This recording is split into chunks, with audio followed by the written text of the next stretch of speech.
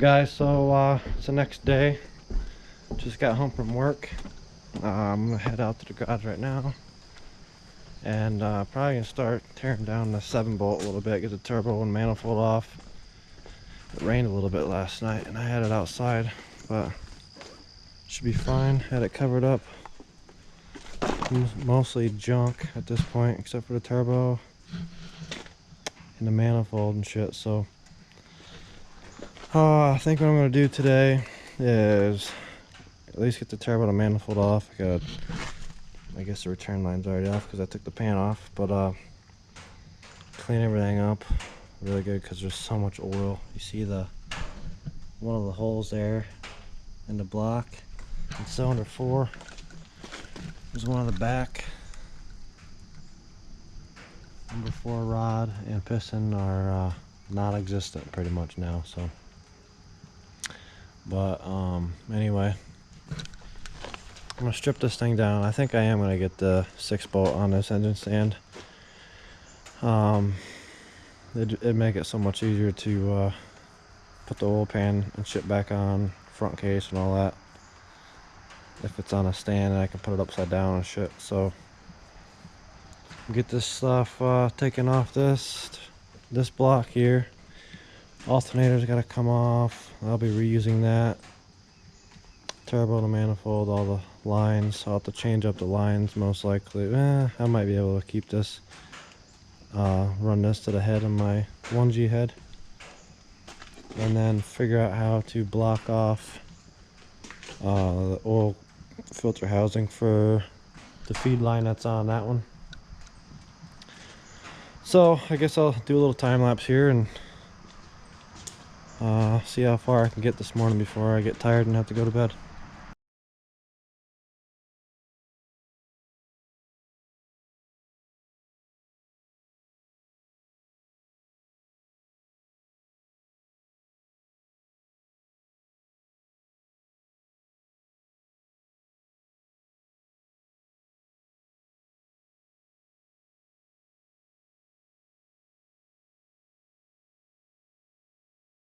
The turbo's off, manifold's off, alternator's off. Now you can really see that hole in the bottom. I'll flip this thing upside down so you guys can see better, but literally the piston, cylinder 4 piston is completely gone. You look up through there and instead of seeing the inside of the piston, you see the fucking valves in the head. So there's a hole in the front. I'm trying to think what else I need off this. I don't really think I need anything else off of this, but except for the valve cover, I need to take that off. Yeah, this engine is pretty much junk. I'm assuming that most of the head is probably pretty fucked up. Injectors, I gotta take the fuel rail and injectors off and figure out what I'm gonna do with the engine, because I have to get this off the stand and put the other one on. So I have one engine stand and one engine hoist.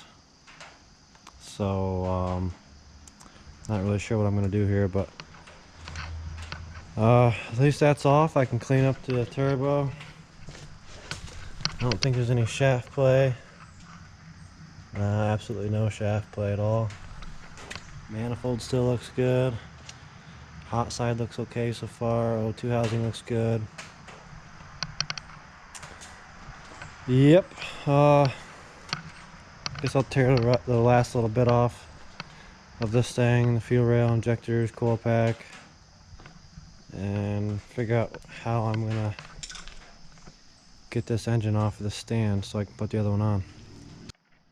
Alright, just want to show you this real quick. I just took the fuel rail off and this was up here. This is part of the rod. This is all the way up on the intake manifold. That's fucking crazy.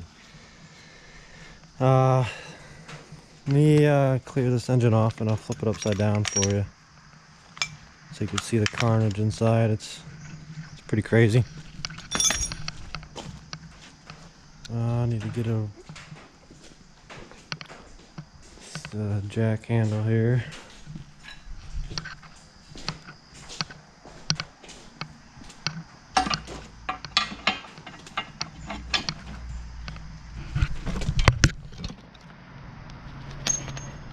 Now this is going to be kind of difficult to do with one hand, but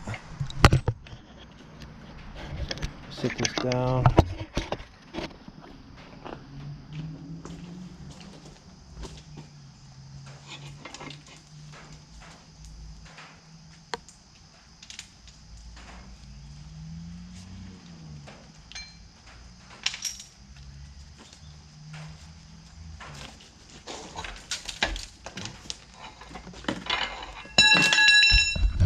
Alright, so cylinder 1, good. You could see down in there and see the piston. Cylinder 2 looks okay. You can see the piston. No rod play. Number 3, no rod play. You can see the piston. Number 4, there's no piston down there. You can literally, well, you could. Before you could see the valves and shit, but now there's so much metal and shit down there you can't really see it. Like the wall of the piston is still there, but it's like hollow, like there's no top of it, so you can see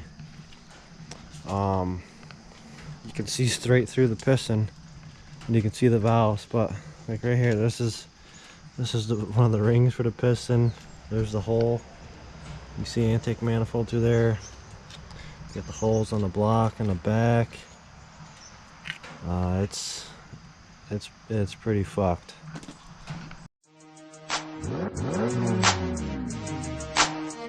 Goddamn right. First Friday of the month at the drag strip. Graham lights on the front holding drag slick. Chevys in the staging lanes, Dodgers and some Mustangs. It's about to happen on the track, bitch. I'm about to pull up, stage up, turn that damn spray up, boost controller way up. I don't need luck, keep my eyes on the tree. RPMs above 3.5, play the pedal, don't freeze up. OG63, running good like it should. Pull up to the strip, grilling Hondas like I wish you would. I don't dislike them, I just don't drive them. Diamond Star Motors, all Civics, stay behind them. You know what it is when you see me on the track. Got that 7-volt block with the head pushed back and the boost full blast. All you see is the ass of my talent. When the mics drop, I can't be fast. Our boost builds fast thanks to 9-to-1 compression, keeping present second guessing, though they never learn their lesson. Cursing my presence like I co-signed your fucking car note, bitch. You should've bought an Evo, replacing displacement, a V8 at a time. I leave them at the line like the tree a stop sign. The finish line mine, and I'm gonna get my time. Or better yet, I'll ask him, he saw it just fine. First Friday of the month at the drag strip. Graham lights on the front holding drag slick. Chevys in the staging lanes, Dodgers and some Mustangs. It's about to happen on the track, bitch. I'm about to pull up, stage up, turn that damn spray up, boost controller way up. I don't need luck, keep my eyes on the tree. RPMs above 3.5, play the pedal, don't freeze up. I don't give 5 fuck, spread that Mustang up. You gon' need a Chevy truck to overcome the cloud of dust that I'ma leave you in. Now count to 10, and before you know the... Alright, so head's off. Obviously I took the intake manifold off, turbo, fuel rail injectors, harmonic damper, all the timing belt shit, oil filter housing, everything is off for this pretty much. So cylinder 1, there's a piston. Cylinder 2, there's a piston. Cylinder 3, there's a piston. Cylinder 4, she gone. Fucking nothing. Nothing left in there piston wise. Look at the cylinder wall. Oh my god. Cylinder wall is fucked. Man, that's crazy. It's a lot of carnage. So look at the underside of the head, and it doesn't look bad, but I mean, I'm sure at the very least there's some bent valves. Like these ones definitely have to be bent, but it looks like the head's usable. Just change out the valves maybe and might be fine. So that's worth keeping around, I guess.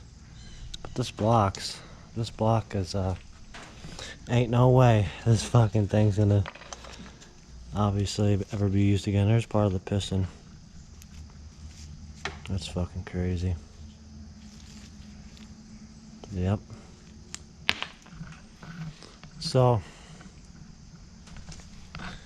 now at least it's a little bit lighter, and I might be able to get this block off and drag it somewhere, so that way I can put the other motor on this stand. That was really the biggest point of tearing it down this far, was just so that way I could carry it, so that way it wasn't as heavy. But I'm not gonna do it today because I got some decent clothes on. So tomorrow morning maybe I'll do that. Maybe I can't really clean this up because I have to get some more brake clean. I don't have any more brake clean. So now there's a short bus coming to pick me up. I want to clean the hell out of this block, which obviously it needs to be on the engine stand first anyway. So I guess tomorrow morning when I get home from work, I'll throw some shit clothes on and then see if I get this block off this engine stand, sit the block down around back or some shit, get it out of the way. Pretty much everything that you see here is not going to be usable ever again. I do got to get the starter plate off yet, but I can't do that until I get the motor off to the stand. So on when you put a 6-bolt in a 2G, you still have to run the 2G starter plate. So I'm gonna get that off. And this block's pretty fucked. This head gasket looks great still. Like if somebody bet me like $1,000, I'd probably bet that I could put this on another motor and run it, and that'd be perfectly fine because that gasket's fucking awesome. But the cylinder walls and the other ones don't look bad. I was always curious about the wear and tear from beating the shit out of it, but it doesn't look bad actually. Just I'm not like a machinist or an engine builder by any means, so I don't really know for sure what happened to this, but I'm assuming just too much boost, too much power, and the stock internals were old as fuck, and I finally had enough, I think. You can see the rod cap, or whatever you want to call it, is still attached to the crank. So the rod bearings themselves are fine. I'm not really sure how that shit works. If too much power can just... I'm assuming it broke at the rod, and then from there the engine was still going up and down, you know, like 5,000 RPM or 6,000 RPM, so it just disintegrated the piston. So if I had to guess, I'm going to say that the rod is what failed and broke just from the amount of boost I was running, and couldn't hold up. So maybe at some point, if I take these other rods out, they might be kind of bent. It might not just be that cylinder 4. It might be you know, the rest of the cylinders, the rest of the rods could be bent, and they could have all bent partially or whatever, and then number 4 is the one that just shit the bed. So, but that's gonna be it for today. Same video probably, I'm assuming, because I really didn't do much today. Maybe, I don't know, we'll see. But like I said, tomorrow when I get home from work, as long as it's, I mean, I'll be in the garage pretty much, but unless it's pouring out raining, I should be able to get some shit done tomorrow morning. So that's the plan. Get home from work, get some shitty clothes on, and try and get that motor off the engine stand and get that out of the way, get that out of the garage, and then put this motor on the engine stand. Then I can really start cleaning it up and getting ready to put the front case gasket on and to clean up the front case and all that shit too. Like everything that goes back on from this point on will be very clean and brand new. So like I said, we got fresh front case gasket sets, we got front case seals. I should have everything I need as far as seals and gaskets. So see you guys tomorrow morning. Alright guys, so it's the next day. I just got home from work. Caught a lucky break tonight actually. It was either going to be early night or a late night, and it turned out to be an early night. So it's like 3:30 in the morning. Usually I get out at 5 and home at 5:30 or so. So home a little early this morning, so once I get off the shitter, I'm going to go upstairs, get some dirty clothes on, head out to the garage, and get the engine off the block. Wait, I'm on the shitter? Ah! Alright, so I'm outside. Let me see if I can't get this fucking engine off the stand here. It ain't gonna be fucking easy, because it's gonna be fucking heavy no matter what I do. So need to set it up so that way I can pull it without the stand moving. Yep, it's gonna be bad.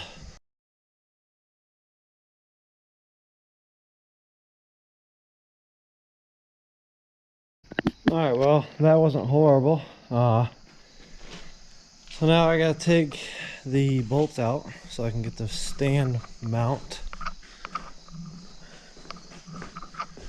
Grab a 14mm and a socket, or a 14mm socket and a ratchet.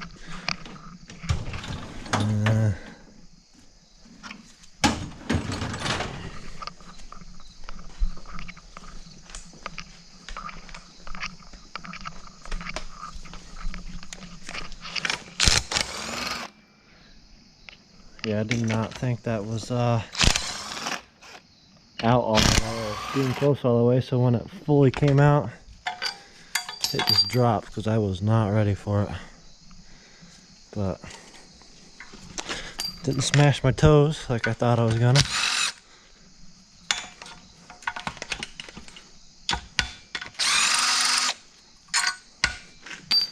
Alright, there's that. Take this over here.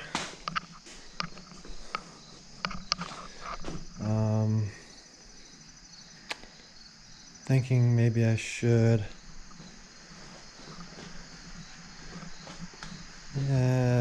I'd clean that up first. I was gonna take the starter plate off, and nah, I'll do that later. I'm gonna take the starter plate off later so that way I can clean it up really good before I put it on this. So for now, I will just do without it, I think. Get some bolts here.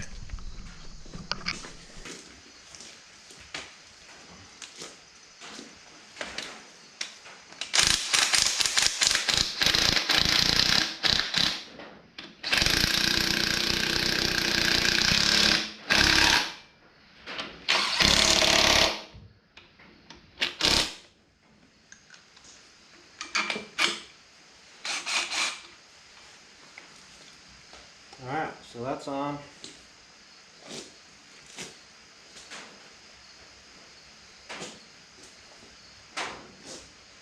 Move this transmission out of the way.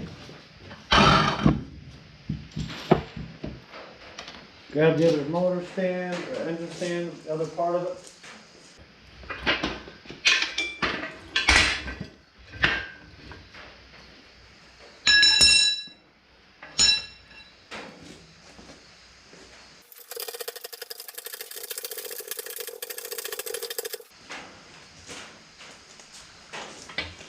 Alright, that's high enough.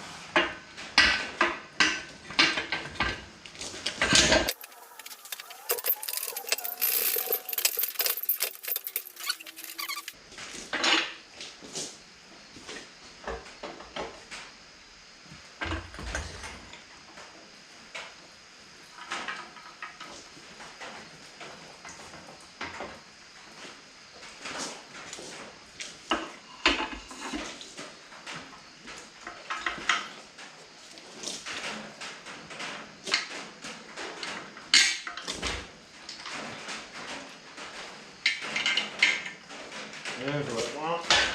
Up there.